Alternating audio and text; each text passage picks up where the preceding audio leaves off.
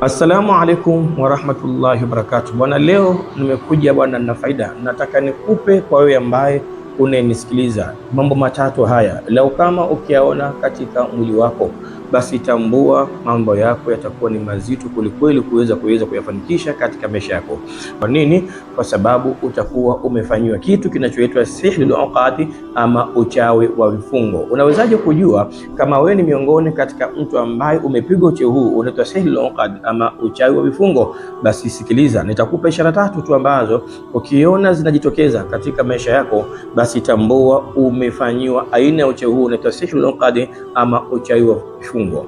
Dalili ya kwanza, ukiona kila unachokisema hausikilizwi. Kuna watu wana tabia, anaweza akasema mambo yenye maana ya kushauri aidha katika familia ama katika maisha yake ya kawaida, lakini bahati mbaya huwa hana tabia ya kusikilizwa na watu kwa kile anachokisema. Basi wewe ukiona una tabia hiyo ya kutokusikiliza unaposema, basi una aina ya uchawi huu unaitwa al-uqadi, maana yake uchawi wa kifungo.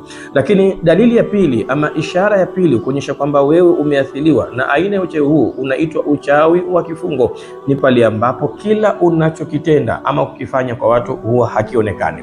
Yani unajitahidi kutenda mambo mema kwa watu, unawatendea mambo mazuri watu, lakini bahati mbaya kila unachokifanya huwa hakionekani. Unaweza kumsaidia mtu pesa, unaweza kumsomesha mtu, unaweza kumfanyia kile aliyokuwa mazuri, lakini mwisho wa siku iko unachokifanya unaishia kudhalauliwa ama kuonekana mbaya katika maisha yako. Ukiona una tabia hiyo ya kufanya jambo na huwa halionekani mbele za watu ama kwa yule unamfanyia, basi tambua una uchawi huo unaitwa sihrul uqadi ama uchawi wa kifungo.